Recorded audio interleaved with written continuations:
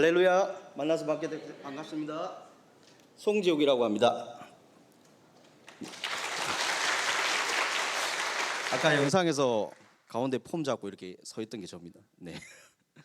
저는 디자인 회사 테마몰링이라고 하는 회사와 텍톤코리아라는 사역을 하고 있는 텍톤코리아의 송재욱 간사라고 합니다. 다시 한번 인사드립니다. 네. 자, 시작하기 앞서서 제가 짧은 퀴즈 하나 내겠습니다. 맞추시는 분께는 제가 특별히 하나님의 은혜가 갑절로 임하도록 기도하겠습니다. 네, 감사하죠. 오직 예수, 오직 믿음. 여러분, 첫 번째 퀴즈 나갑니다. 자, 온천제일교회 수준을 제가 한번 체크해 보겠습니다. 제가 PPT를 준비했는데요.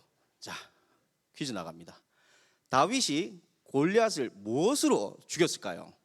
아시는 분 손 들어주십시오. 믿음으로. 생각도 못했습니다. 믿음으로. 네, 일단 답은 아닙니다. 네, 또 혹시 물맷돌 혹시 맞습니까? 네, 땡 아닙니다. 네, 많은 분들이 물맷돌로 알고 계시죠. 자, 정답을 한번 보겠습니다. 자, 한번 말씀 한번 읽어볼까요? 여기 잘 보이시나요? 네, 다 같이 한번 하도록 하겠습니다. 네.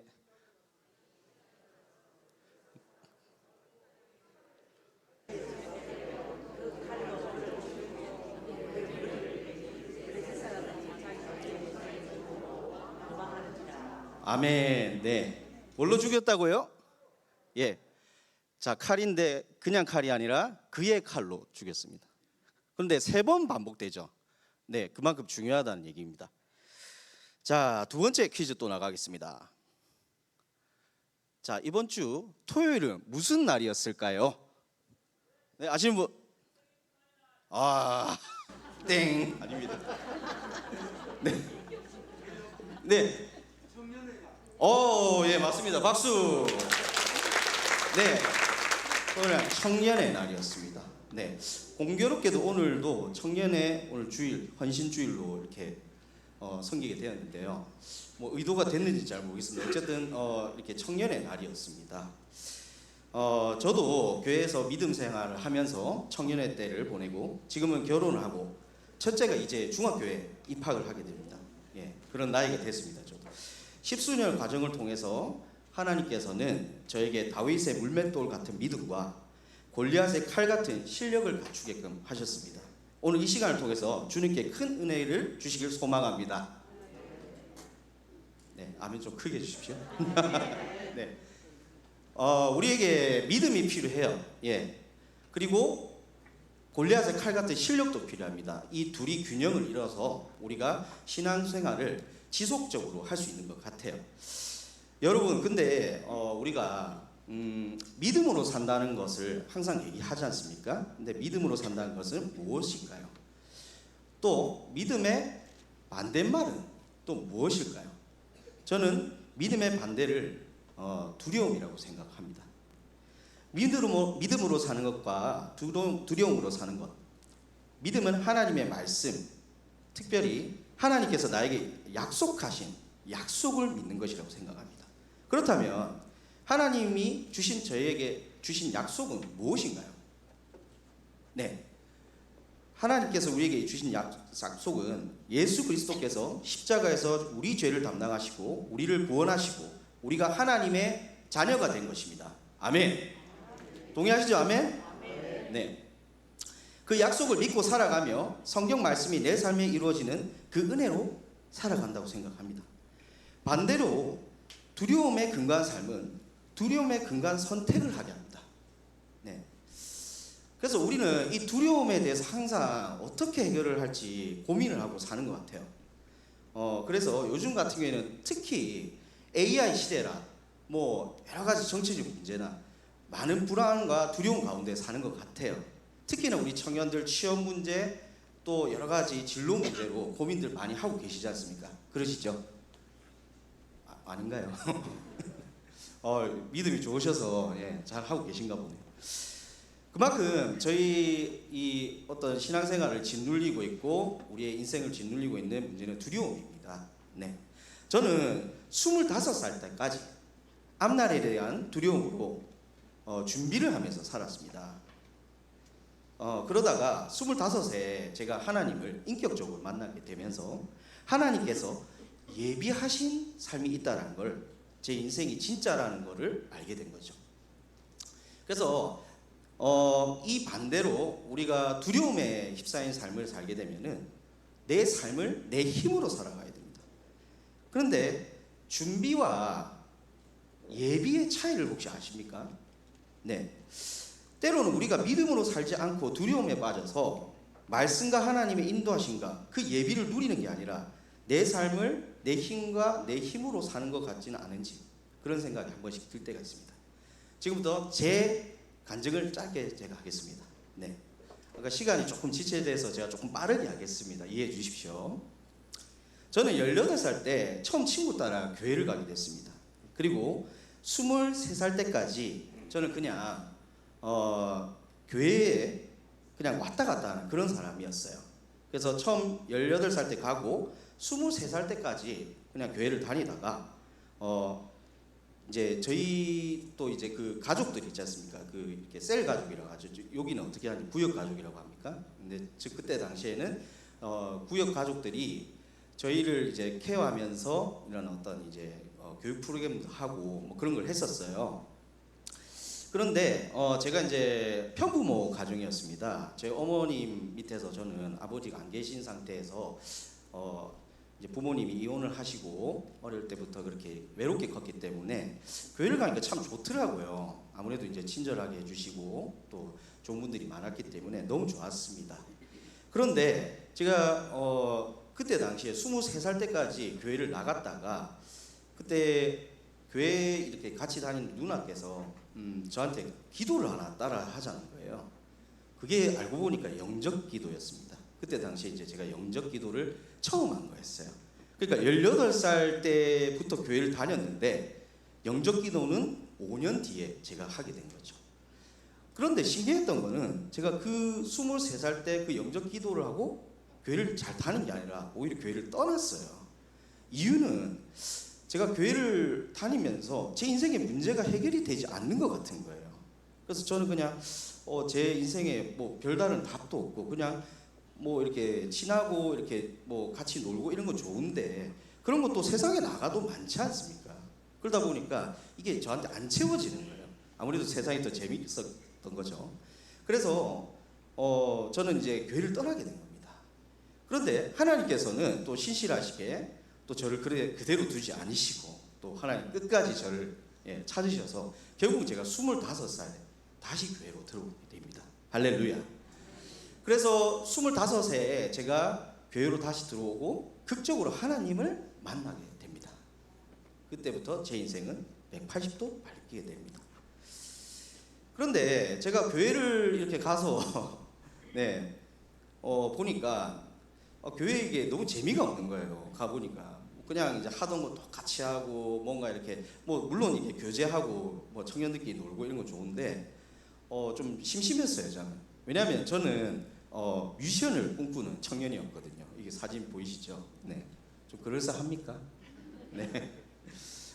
저 때 당시에는 정말 음악으로 뭔가 성공해보고 싶었고 또 이런 것들을 해보면서 뭔가 이렇게 제 인생을 개척해 나가고 싶었던 것 같아요.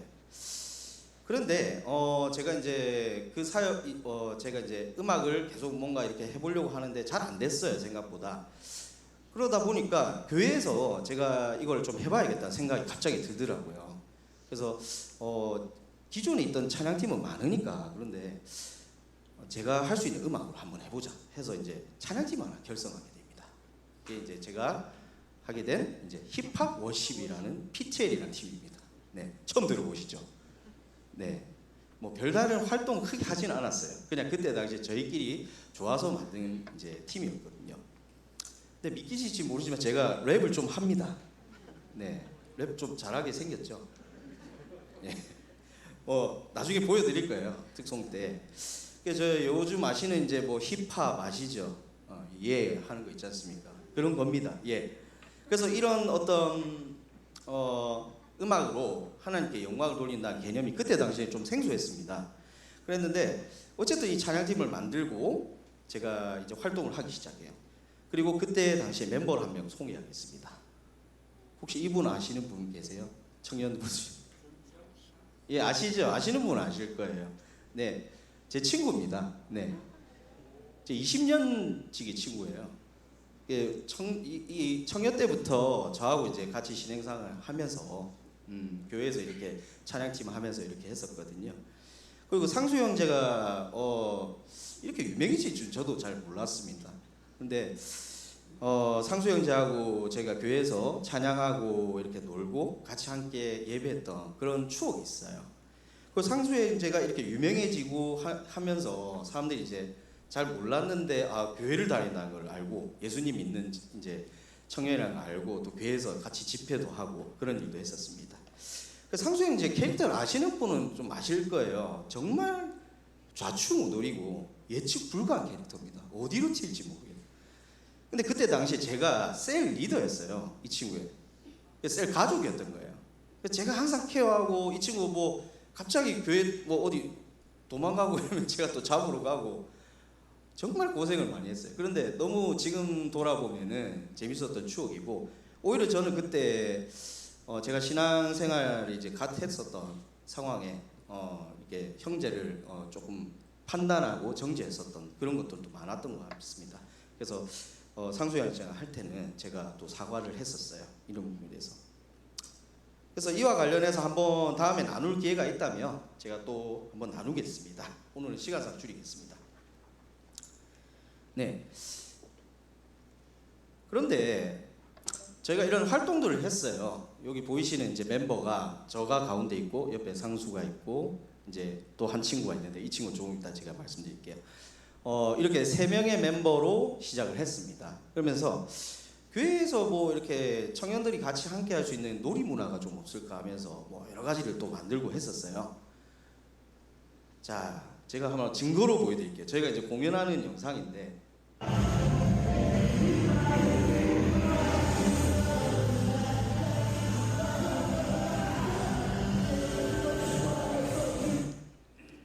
짧게 들었습니다.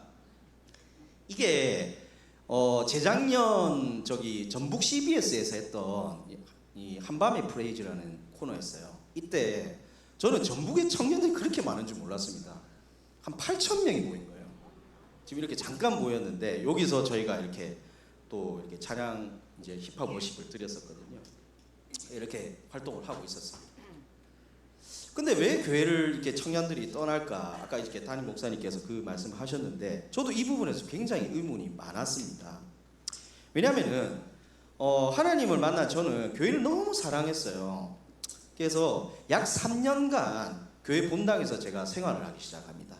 지금 이렇게 본당이 있지 않습니까? 제가 다녔던 교회에는 청년들이 철야를 하기 위해서 본당 이런 구석구석에 그 우리 번데기 침낭 있잖아요. 그걸 이렇게 덮고 자면서 이렇게 철야를 했었어요.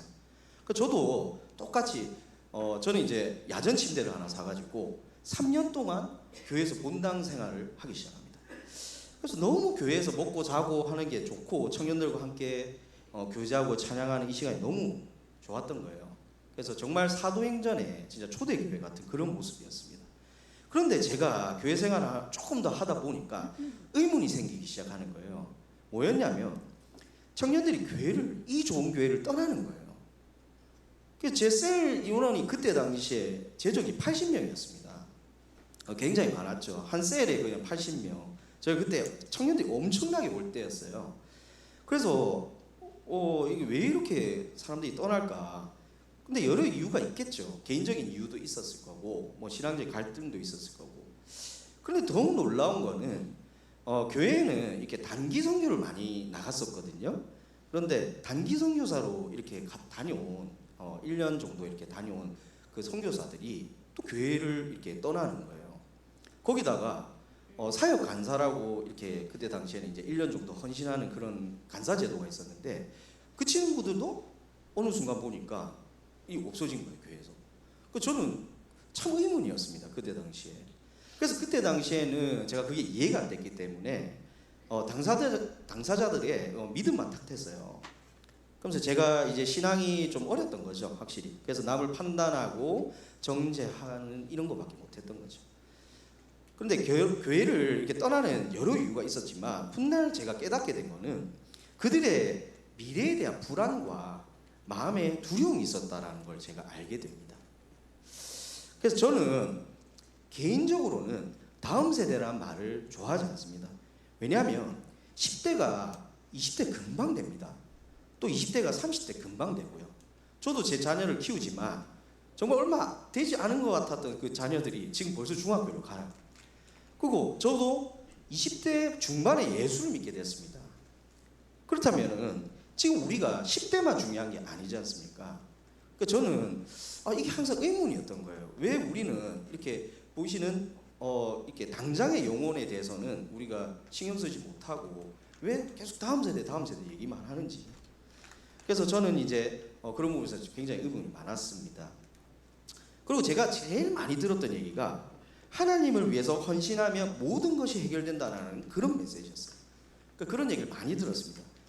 물론 오해가 있을 수는 있지만 저는 그 얘기를 순수하게 그냥 고지고대로 들었어요. 그래서 하나님께 헌신하면 모든 것이 해결된다. 그래서 교회에 많이 있고 교회에 체류하는 시간이 이루어지고 기도를 많이 하면 모든 것이 해결된다. 이런 기복적 시간에 제가 좀 빠져 있었던 것 같아요. 그런데 제가 놀라운 사실을 하나 알게 됐습니다. 그것은 뭐냐면 바로 하나님은 우리의 헌신이 필요 없으시다는 거예요. 하나님은 전지전능하시니까 사실 우리의 헌신이 필요 없는 거잖아요. 그걸 제가 알게 된 거예요. 예전에는 하나님을 섬겨야 되고 하나님께 뭔가를 해야 되고 제가 그렇게 생각을 했었거든요. 그런데 하나님은 우리의 섬김이 필요하시지 않다라는 걸 알게 됐어요. 하나님은 우리와 함께하길 원하시고 그저 우리를 사랑하시고 우리와 사역에 지쳐있지 않길 원하시더라고요. 저는 그랬습니다. 네. 그래서 우리 하나님은 우리에게 함께 동역하신다는 걸 원하시고 또 그것을 깨닫게 하시는데 저한테 정말 그게 저한테는 터닝 포인트였어요. 그러면서 하나님과의 관계를 누리고 무엇을 하든 기쁨을 할 수 있다는 걸 알게 됩니다. 그 후로 제 인생이 또 180도 바뀌게 됩니다. 그런 도중에 저는 교회를 떠나는 영혼을 보면서 고민을 했어요. 어떻게 하면 신앙과 나의 삶이 하나가 되어서 지속 가능한 멋진 크리스찬 라이프를 누릴 것인가. 그런 도중에 한 청년이 눈에 띄는 거예요. 그게 뭐냐면 아까 우리 봤던 청년 중에 오른쪽에 있는 청년 있죠. 그 청년이 저희 PTL 사역을 같이 하던 이제 댄서였어요. 팝핀 댄스라고 이렇게 통통 튀면서 하는 춤이 있는데 이 친구가 시도 때도 없이 춤을 추는 거예요. 문제는 이제 지나가면서 사람들이 이게 깜짝깜짝 놀랄 정도 이 절제가 안 되는 거예요. 계속 춤을 추고 있어요. 그러다 보니까 이 친구를 바라보고 있으면 이 친구는 도대체 뭘 해 먹고 살까 앞으로 그런 고민이 드는 거예요. 그러니까 춤으로만 이렇게 먹고 살기에는 이 부산 땅이 그렇게 쉽지가 않지 않습니까? 그러다 보니까 저도 고민이 엄청 드는 거예요. 그러다가 이 친구가 CCC 활동을 그때 하고 있었거든요. 시맨이죠, 시맨. 네. 어느 날 집회를 한번 가자 하는 거예요. 그래서 이제 제가 한번 따라를 갔습니다. 근데 그 집회에 가보니까 나사렛 순장이라는 분들이 이렇게 나와서 이렇게 소개를 하고 그 나사렛 순장들이 이제 이렇게 물질적 후원과 또 이렇게 어떤 멘토링을 하는 거 이런 걸 보게 된 거예요. 근데 그게 또 그 CCC 내부에서 문화가 그 나사렛 순장을 이렇게 추대를 하고 이렇게 나와서 이렇게 소개하는 시간을 갖는데 그게 너무 멋있게 보이는 거예요. 그 나사렛 순장 혹시 아십니까? 네, 아실 거예요. 예. 네, 그 일반적으로 우리 그 나사렛 순장은 이제 대학생이었다가 사회로 나간 이제 우리 CCC 이제 회원들을 얘기합니다. 그러니까 이분들은 그냥 대학생에서 끝나는 게 아니라 지속 가능한 어떤 형태의 신앙 형태가 있었던 거죠. 그래서 그분들을 보면서 되게 멋있다라는 생각을 하고 그래서 이제 또 교회를 다시 돌아보니까 교회는 항상 뉴스페이스만 좋아하는 거예요. 새 성도, 새 가족. 그러다 보니까 기존 성도들은 갈수록 자리를 잃고 존재감을 잃어가는 거예요. 그러니까 그런 부분에서도 너무 안타까웠습니다. 그러니까 보통은 조용히 어디선가 섬기고 계시고 또 그런 분들이 또 미덕이라고 생각을 하는 좀 그런 경향도 있지 않습니까? 그러다 보니까 이렇게 눈에 띄지도 않고 어느 순간 딱 보면은 어디 계시고 아니면은 또 어디 교회를 떠나신 경우도 많이 봤었습니다. 그래서 계속 그런 게 반복되고 교회에서 이제 청년들이 떠나가는 걸 보다 보는데 또 다음 세대의 전략이라고 해서 막 이게 거기에 올인을 해라 막 이렇게 하더라고요 교회에서. 그래서 청소년 외에는 이게 사람이 아닌 것 같다는 느낌이 들 정도로 이게 너무 이거에 대한 강조를 많이 했었습니다. 그래서 청년들 중에는 이런 게 조금 부대껴서 이렇게 교회를 떠난 친구들을 많이 봤는데 숫자가 갈수록 점점 더 주는 거예요. 근데 교회는 더 바빠지고 전도 프로그램이나 이런 것들 더 많아졌었습니다. 그래서 청년들 중에 소외감을 받고 이렇게 했던 친구들은 또 많이 빠져나가게 되는 그런 것들을 많이 보게 됐습니다. 근데 그런 친구들이 뒤에서 이렇게 좀 지나고 난 다음에 전화 연락이 이렇게 오더라고요. 그래서 뭐 이렇게 만나서 또 상담도 하고 같이 이런 시간들을 또 보내고 교제도 하고 그랬었습니다. 그래서 아까 PTL이라는 찬양팀을 제가 만들었다고 했지 않습니까? 이 멤버분들이 다양한 니즈로 저희가 뭉치기 시작했어요. 그래서 저희가 어떤 이제 프로그램들을 만들어서 밖에서 저희가 전도도 하고 또 청년들과 함께 교제하는 그런 프로그램들도 만들었습니다. 근데 제가 이걸 하면서 제가 알게 된 게 뭐였냐면 교회는 모이는 교회가 있고 나가는 교회가 있구나라는 걸 제가 알게 됐습니다. 이 개념을 제가 알고 나서 좀 많은 의문들이 풀렸어요. 모이는 교회는 임재와 하나님의 임재와 교제, 섬김, 치유, 회복, 쉼이 있는 곳입니다. 그리고 나가는 교회는 능력을 받고 우리가 물질을 얻고 전도를 하고 성장을 할 수 있는 곳이라는 걸 알게 됐어요. 그래서 이러한 구조를 합쳐서 이제 하나님 나라라는 개념을 제가 배우게 된 겁니다. 그러면서 이게 단순히 교회에서 모든 것을 해결하는 게 아니구나. 그리고 우린 또 사회로 나가서 또 사회생활을 해야 되고 그곳 가운데서 또 영향을 끼치며 또 우리가 복음 전도와 또 물질을 벌고 또 지속 가능한 형태의 신앙생활을 해야 된다는 것을 점차 알아갑니다. 네, 그래서 로컬 처치, 파란 처치라는 개념인데요. 모이는 교회, 나가는 교회는 역할이 다를 뿐 상호 보완적입니다. 모이는 교회는 주님의 임재, 저희가 정말 이 임재를 우리가 특별히 느끼는 곳이잖아요. 여기서 또 하나님과의 거룩한 추억들을 쌓고 또 성도들을 섬기고 또 치유와 회복이 있는 곳입니다. 네, 그래서 너무 소중한 곳이고 또 저희가 나가서 이렇게 또 해야 되는 많은 사역들이 있습니다. 그곳에 이제 직장인이 될 수도 있고 어떤 분은 사업터가 될 수도 있겠죠. 근데 이런 개념들이 약했던 거예요. 제가 다녔던 교회에서는 오로지 교회에서만 열심히 하면 모든 것이 해결된다라는 논리로 가르치기 시작합니다. 그런데 이게 점점 시간이 갈수록 이질감을 느끼고 뭔가 살면서 해결되지 않는 의문점이 계속 뜨니까 결국은 이 부분에서 포기를 하고 이제 신앙을 내려놓는 친구들도 속속 발생을 하게 됩니다. 그런데 교회가 이런 부분을 이제 우리가 인식을 했으면 좀 더 이런 부분을 케어를 했어야 되는데 오히려 성도가 이제 안 모이니까 더 압박을 하는 거예요. 왜 이 사람들이 안 모이냐? 그 숫자 체크를 계속 하는데 그냥 단순히 사람들이 숫자에 불과하다는 느낌을 계속 받기 시작합니다. 그러다 보니까 이제 영혼보다는 마치 무슨 카드 회사에 있는 것 같은 거예요. 뭐 이렇게 실적 쌓고 뭐 이런 식으로. 그러니까 너무 이게 안타깝고 계속 이게 반복이 되니까 저 역시도 회의가 굉장히 들었었던 거죠.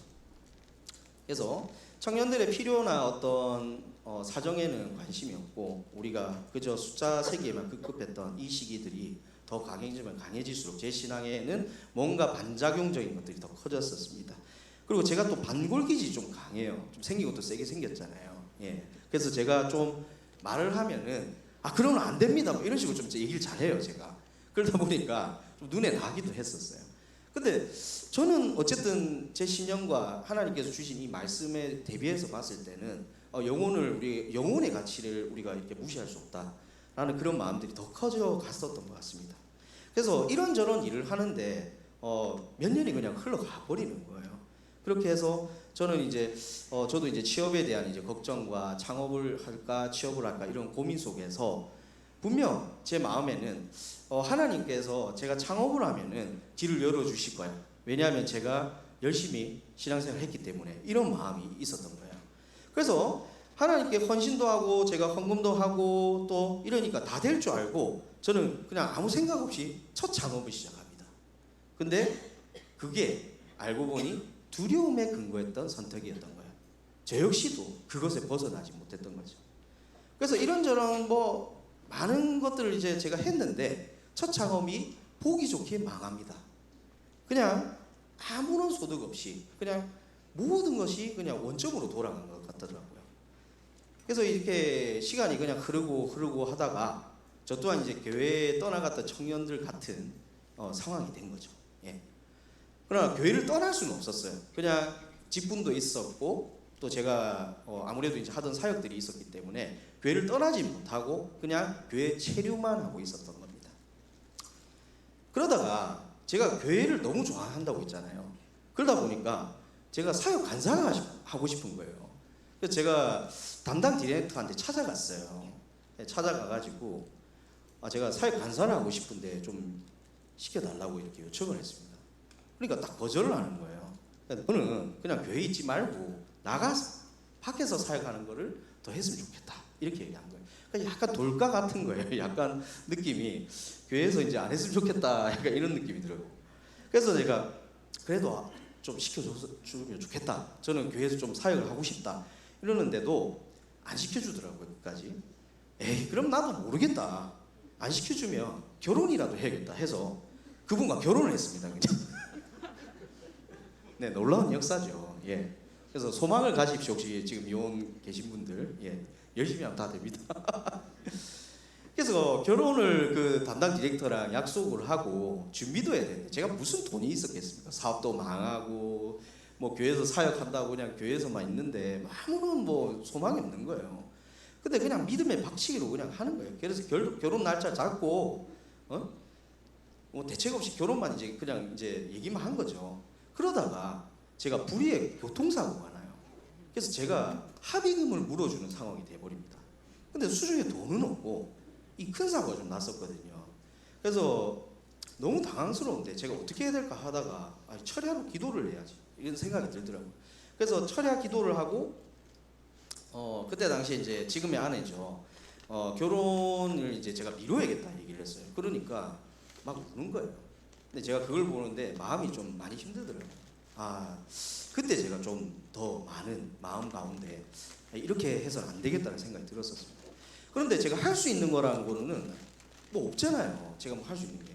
그러다 보니까 제 수중에 있는 모든 헌금 이제 할 수 있는 돈을 털어서 제가 주님께 매달려야겠다 이런 마음이 들더라고요. 그래서 제가 있는 모든 것들을 그냥 주님께 드리고 이 문제를 주님께 요청하기 시작합니다. 그리고 딱 일주일이 지났어요. 일주일이 지났는데 어머님한테서 연락이 왔어요. 그래서 어머님한테 연락이 오셨는데 뭐라고 얘기를 하시냐면 아버지께서 친구분 이렇게 그 가까이 계신 친구분이 계셨는데 그분이 이렇게 찾아오셨다는 거예요. 그러면서 그 아버지가 건설업을 하고 계셨는데 우리 집을 마련해 놨다는 거예요. 그러면서 27평 아파트를 준비해 놨다는 겁니다. 놀라지도 않으시는 27평이요. 27평 크잖아요. 예, 원룸도 못 가는 상황에. 그러니까 27평 아파트를 준비했다는데 너무 놀라운 거예요. 그래서 제가 와 이거는 정말 하나님이 하셨구나. 이런 기적이 어디 있겠습니까? 그렇게 저희는 무사히 결혼을 하기 시작했습니다. 네, 이렇게. 예. 네, 보기 좋죠. 예, 이렇게 결혼을 했어요. 그래서 제가 이런 이제 우여곡절 끝에 결혼도 하고 가정을 꾸릴 수 있게 됐는데 딱 2년 만에 무슨 일이 벌어지냐면 제 아버지가 제외했다고 했잖아요. 근데 아버지가 돌아가십니다. 그래서 정말 생각도 못한 일이었어요. 아버지가 알고 보니까 위암이 있으셨던 거예요. 모르고 이제 계셨다가 저하고 재회를 했었던 그 타이밍에 이게 확 이 전이가 된 거였습니다. 제가 이게 뭐 이 상황을 어떻게 해야 될까? 뭐 저도 이제 뭐 어안이 벙벙하더라고요. 그 아버지가 또 그게 급석전이어서 원래 위암은 그렇게 생존율이 낮지 않지 않습니까? 근데 갑자기 급사를 하시게 된 거예요. 그러면서 아버지께서 이렇게 벌려놓으셨던 사업들이 있으실 거 아닙니까? 그걸 제가 이제 이렇게 들여다보고 또 이렇게 수습을 해야 되는 상황이 돼버린 거예요. 근데 아버지께서 하시던 이 사업에 문제가 좀 생겼습니다. 저희가 이게 알고 보니까 살고 있던 집을 담보로 잡혀 있었던 거예요. 그러니까 그거를 저희는 잘 몰랐던 거죠. 딱 그 집에서 2년 살아보고 저희가 그 집이 담보로 잡혔다는 걸 알고 이제 저는 이제 어쩔 수 없이 이 상속을 제가 포기할 수 없는 상황이 된 거예요. 그러니까 이게 빚이 많은지 아니면은 뭐 이 자금이 많은지 저희가 알 수가 없잖아요. 그래서 그걸 해결하려고 하는데 담보가 잡혔다니까 만약에 이거를 저희가 해결을 안 하면 이게 상속 포기 그 기간 안에 못 하게 되면은 집이 날아갈 수도 있잖아요. 그러니까 저는 어쩔 수 없이 제가 상속을 받게 된 겁니다. 그 저도 이제 얼떨결에 상속을 받고 이렇게 들어와 보니까 아버지 사업이 꽤 이렇게 많은 것들이 벌어져 있었던 거예요. 그러니까 그걸 수습하는 과정에서 문제가 생긴 겁니다. 그래서 이거를 제가 민형사상 소송을 당하는데 소송 건수를 40건이 넘는 민형사상 소송을 당합니다. 혹시 그 소송 해보신 분 혹시 아시겠지만 한 건만 소송을 당해도요, 제가 거는 거 말고 당하면요, 이게 정말 부들부들해요. 막 어떻게 해야 되지? 막 정말 이게 내가 어떻게 해야 될지 자체를 모르겠더라고요. 근데 그게 한두 건도 아니고 40건이 저한테 들어옵니다. 알고 보니까 이게 조합 아파트라는 이제 그 조합이 결성된 아파트를 아버지께서 짓고 계셨는데 그 조합의 비리로 인해서 이 아파트가 경매로 날아간 거예요. 그러면서 저희가 그 아파트 소유분들이 이제 엮여 있었는데 거기에 명도 소송 그리고 이제 여러 가지 소송들이 이제 한꺼번에 저한테 들어오게 된 겁니다. 그래서 제가 이게 감당이 안 되는 거예요. 이게 뭐 인생에 있어서 뭐 이런 소송 누가 법정 이런 거 법원에 갈 일이 잘 없지 않습니까? 근데 저는 이제 너무 당황스럽고 이거 어떻게 하지? 정말 해결할 방법이 없는 거예요. 그때부터 저의 인생은 고난이 시작됩니다. 결국은 경매가 진행돼 버렸습니다. 그래서 저희가 하는 건 갈 곳이 없는 거예요. 그래서 당장 그때 둘째가 태어날 상황이었는데 그때 엄청 추운 겨울이었어요. 아버지 사업 관계로 이렇게 만났던 분들은 아버지 이제 돌아가시니까 다 모른 척을 하는 거예요. 그때부터는. 그리고 당장 저희가 갈 데가 없으니까 그 중에 아시는 분 한 분이 이렇게 임시로 이렇게 갈 수 있는 거처를 하나 마련을 해주셨어요. 근데 그곳이 이제 가보니까 온전한 집이 아니에요. 그러니까 초가집 같은 집이었어요. 그래서 들어가니까 밖과 안의 온도 차이가 없는 거예요.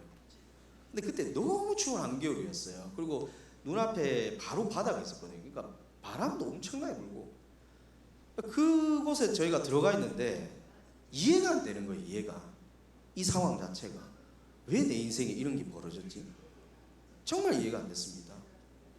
그래서 저는 뭐 감도 안 잡히고 이게 뭐 어떻게 해야 될지도 모르겠고 그러다가 점점 시간이 가는데 저는 이제 무슨 마음이 있었냐면 이것도 하나님께서 어떻게든 해주시겠지.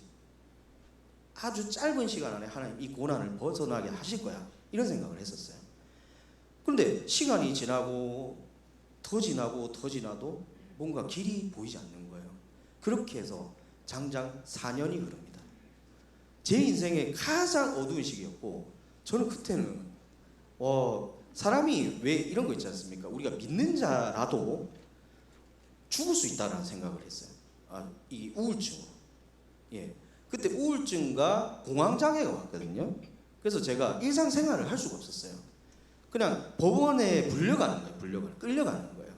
그리고 그 원고 피고라는 자리가 있고요. 그 다음에 형사소송에 가보면은 이게 또 이제 피의자라는 또 자리가 있잖아요. 그러니까 이게 굉장히 모멸감을 줘요. 사람에게. 근데 거기 있는데 제가 그냥 죄인이 돼 있는 거예요. 그래서 거기서 앉아 있는데 심장 쿵쾅쿵쾅 거리고 어떻게 해야 될지도 모르니까 말도 못 하겠고 그 법정에서 그냥 서서 그냥 멍하고 있다 그냥 집에 돌아오는 거예요. 그럼 집에 돌아오면 그냥 엎어져서 그냥 누워와 있습니다. 그렇게 4년을 그렇게 보낸 거예요. 제 인생이 얼마나 허망했겠습니까? 그래서 그것도 끝날 것이다 했던 것이 4년이 흘렀던 거예요. 그러니까 지금 생각하면은 하나님께서 저한테 정말 밑바닥까지 그렇게 훈련을 시킨 것 같아요. 그래서 그 과정 속에서 제가 법적인 지식도 많이 쌓게 됩니다. 이 사회가 어떻게 시스템적으로 돌아간 건지도 많이 보게 됐어요. 정말 그때 힘들었지만 좋은 경험이라고 지금은 이제 해석이 되는 것 같습니다. 그래서 그 시간은 저를 무기력하게 아무것도 할 수 없는 절망 가운데 가두었고, 사람이 진짜 이러다 죽을 수 있겠구나, 자살을 왜 하는지도 알게 됐고요. 그래서 그런 가운데 뭐 돈이라도 있으면 뭐 다행인데 돈도 없었어요. 그래서 교회를 갈 차비가 없는 거예요. 교회를 가고 싶은데, 왜냐하면 예배를 드리고 정말 하나님께 그 기도를 드리고 싶은 그 마음이 강했는데 교회 갈 기름값도 없었어요. 그러다가 5,000원 딱 기름값이 있어가지고 제가 기름을 넣으러 갔는데, 저는 셀프라고 알고 딱 들어갔는데 알고 보니까 셀프가 아니었던 거예요. 셀프 주세가 아니라서 사람이 이제 나와서 주유를 이렇게 하려고 하는 거예요. 그것도 민망하잖아요, 그냥 가기가. 그래서 얼마 넣으실 거예요? 5,000원이요 하니까 사람이 이렇게 쳐다보더라고요. 그런 시절도 있었습니다. 그렇게 믿음으로 이겨내려고 교회를 가서 철야도 하고 불이 다 꺼진 이제 예배당 가운데, 제가 그렇게 교회에서, 그 사모하던 교회에서 제가 예배하고 교제하고 함께 즐겁게 찬양했던 그곳에서 조용히 하나님을 바라보는 그런 시간이 있었습니다.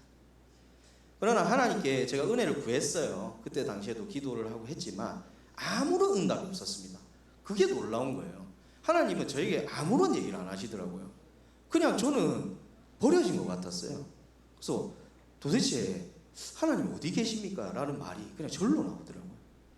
그래서 저를 또 힘들게 했던 거는 뭐냐, 이런 상황 가운데 교회에서는 어떤 소문이 도냐면, 제가 제 욕심에 제가 그냥 그 상속을 받아서 하나님께서 벌을 하셨다는 그런 소문이 돌기 시작합니다. 그러니까 참 저는 그때 이해가 안 됐어요. 왜냐하면 우리가 사랑하는 형제 자매들이지 않습니까? 그런데 제가 어려움을 겪는데 아무도 도와줄 생각을 안 하더라고요. 그냥 어렵지, 그래 맞아, 힘든 거 알아 정도에서 끝나더라고요. 물론 그분들이 뭘 해줄 수는 없습니다. 제 상황을 어떻게 해줄 수 있는 상황은 아니었습니다.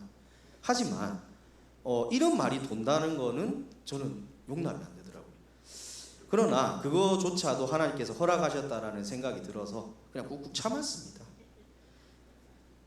그러나 제 마음 가운데 한편에 어떤 마음이 있었냐면요, 하나님께서 저를 기적적으로 회복을 하실 거다라는 그런 소망이 생기기 시작했습니다. 그게 저한테는 기적이었어요. 앞이 안 보이는데, 그냥 뭔지도 모르겠는데 하나님 저를 다시 살릴 거라는 그 마음만 생기는 거예요. 그렇게 4년이 흐르고 저희 법적 공방은 어떻게 됐을까요? 한 건이라도 이겼을까요? 한 건도 못 이겼습니다. 그것도 기적이에요.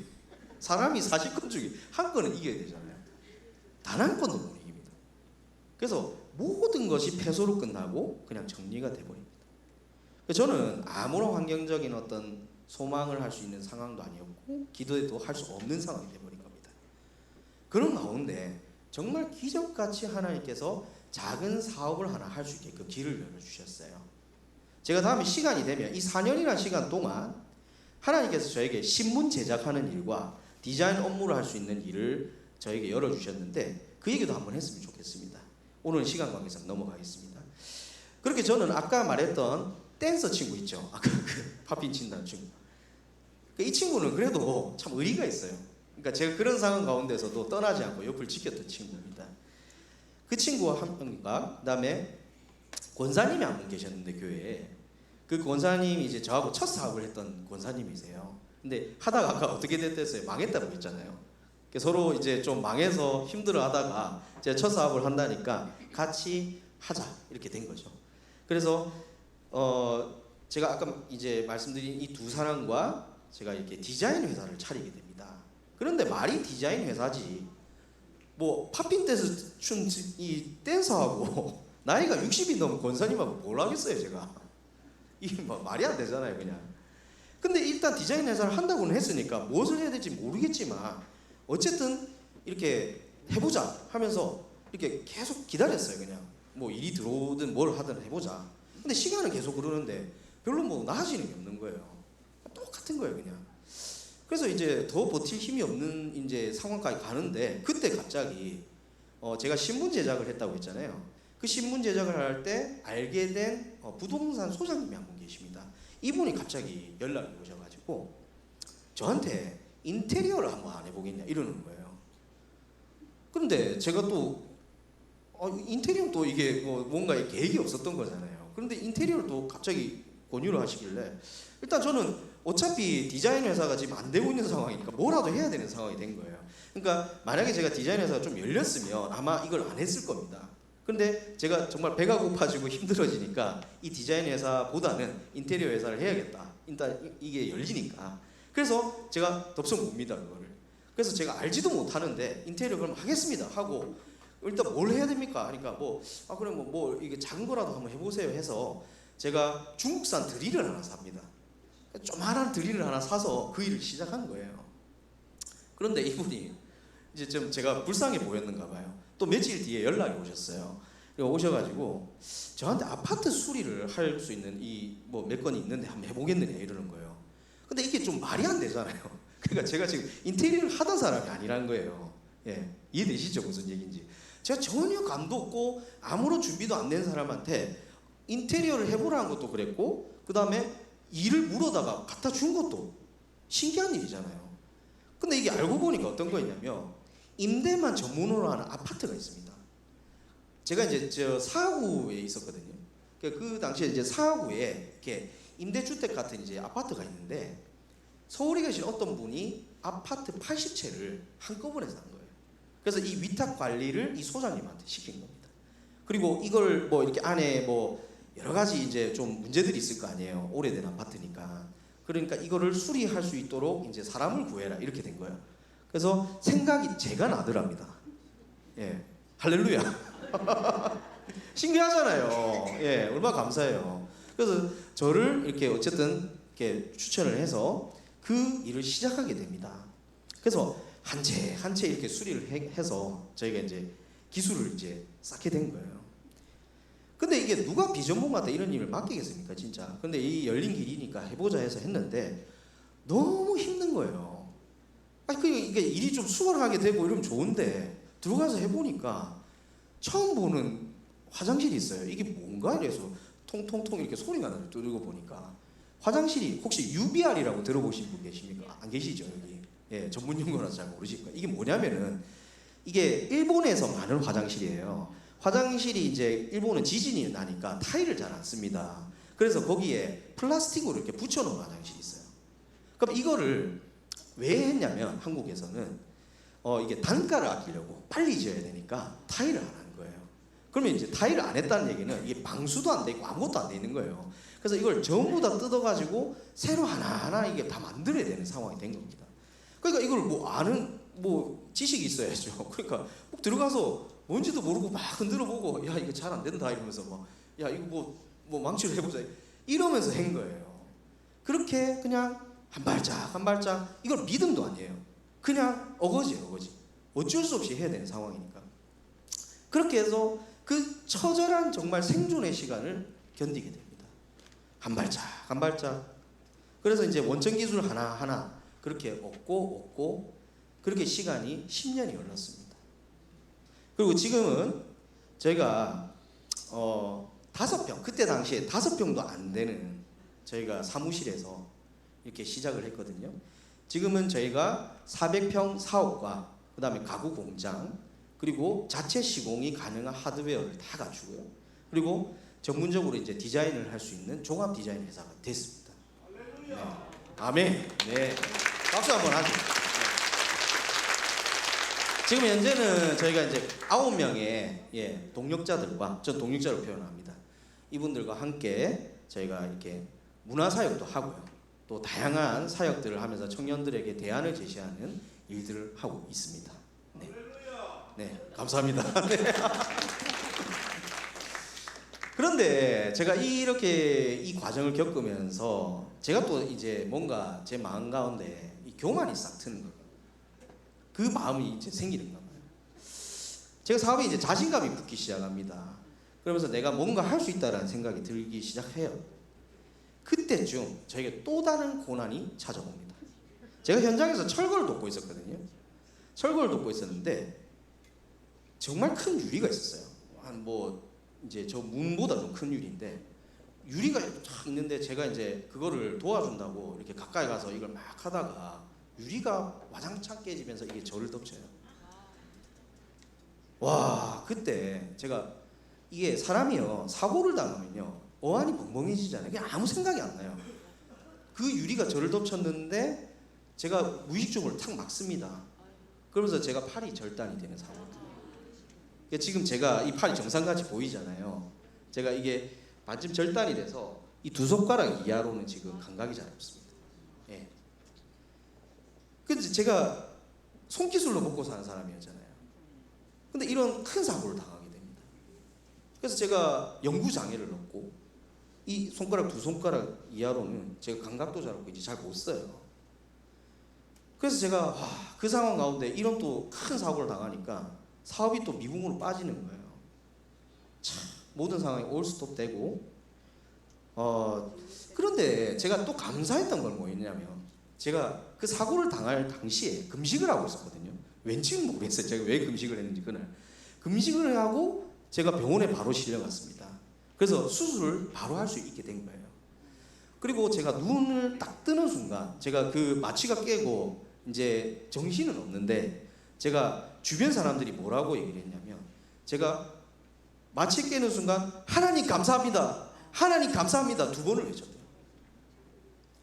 저를 살려주시니 감사했던 거예요. 저는 그 신앙 고백을 했다는 게 저한테 너무 대견하더라고요. 저한테 제 영혼 가운데 하나님이 찬양할 수 있었던 겁니다.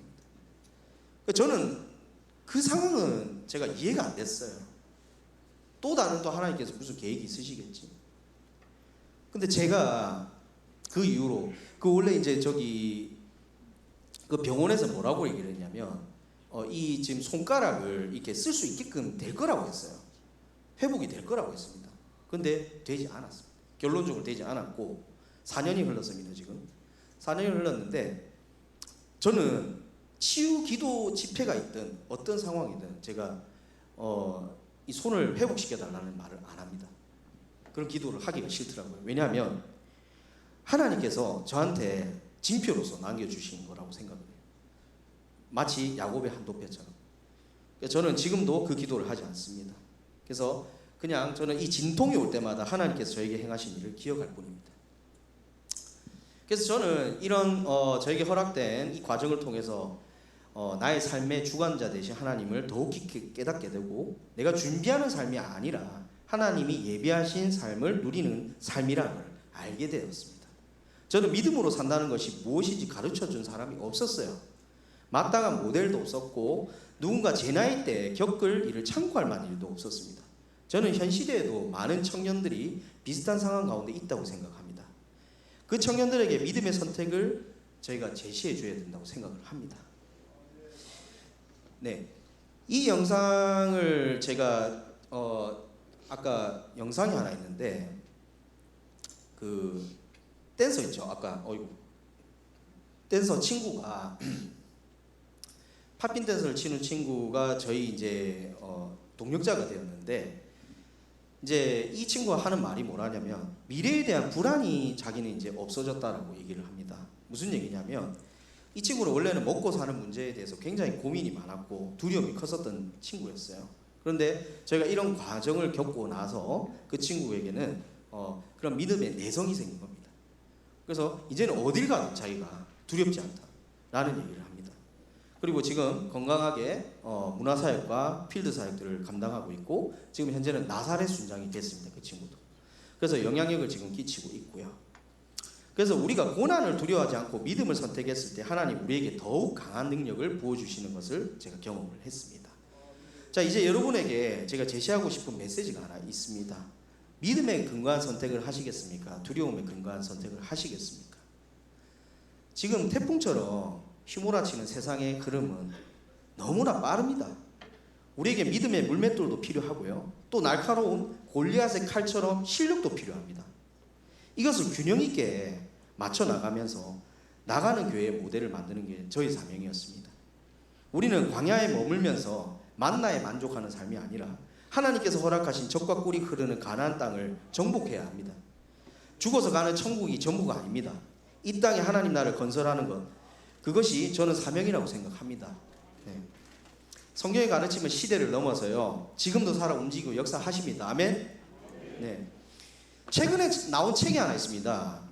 미래 중독자들이라는 책이 있어요. 그 책에서 꼬집는 것은 모든 사람들이 미래에만 매달려서 현재를 살아가지 않는다는 얘기를 합니다. 그래서 수많은 사람들이 지금 도박 중독, 약물 중독, 미래 중독, 여러 중독들에 지금 시달리고 있습니다. 어떻게든 성공해야 되고 돈 많이 벌고 유명해지는 법을 가르치고 그것을 또 따라가요. 신흥 종교가 하나 생겼습니다. 신천지만큼 무서운 월천교라는, 예, 혹시 들어보신 적 있는지. 월천을 본다 이거예요. 그냥 이렇게 하면 월천을 본다. 너무 쉽게들 가르칩니다. 온라인만 켜면 월천교들이 막 난리쳐요. 네. AI 시대가 되니 이런 게 대체가 될 것 같으니까 두려운 가운데 이런 것들을 더 많이 빠집니다. 계속 잊지도 않은 이 미래의 중독이 돼서 하나님이 예비하신 이 예비하심을 보지 못하는 건 아닌지요. 그래서 성경은 우리에게 이런 말씀을 하시더라고요. 때가 이르느니 사람이 바른 교훈을 받지 아니하며 귀가 가려서 자기 사욕을 쫓을 스승을 많이 둔다고, 예, 디모데후서 4장 3절에 그렇게 기록이 되어 있습니다. 지금 또 시대는 AI 시대고 경험을 사라고 많이들 합니다. 경험은 뺏을 수가 없으니까요. 그러나 우리 믿는 자들은 그런 인위적인 행위가 아니라 우리의 미래를 찾을 게 아니라 하나님께서 예비해 두신 지경이 있다는 걸 우리가 명심해야 될 줄 믿습니다. 저는 이거를 어떻게 표현을 하냐면 하나님의 커리큘럼이라고 표현을 합니다. 하나님께서 직접 우리를 지도하시고 우리를 이끌어 가시고 우리를 세워 가신다는 겁니다. 하나님은 저를 위해 특별한 경험을 예비하셨고 그것을 저는 하나님의 커리큘럼으로서 이 AI 시대 또 더 넘어서 더 악한 세대가 올지라도 저는 이겨낼 힘과 능력을 공급받았던 것 같습니다. 네. 그래서 이걸 잠깐 소개하자면 4가지인데요. 고난을 허락하시는 하나님입니다. 그래서 이 고난을 통해서 하나님께서는 창조의 능력과 저한테 많은 것을 공급하셨습니다. 내가 가진 한계와 생각을 넘어서기 위해서 내가 파괴가 돼야 됩니다. 그래서 나라는 존재에 대한 애착과 고집을 내려놓고 그 고난의 시간을 통해서 제가 씻어졌습니다. 그래서 고난과 역경이 없는 삶은 없습니다, 여러분. 그러나 그 과정을 통해서 얻을 수 없는 하나님의 능력을 공급받게 되는 것입니다. 많은 사람들은 어려움이 생기면 이를 피하려고 해요.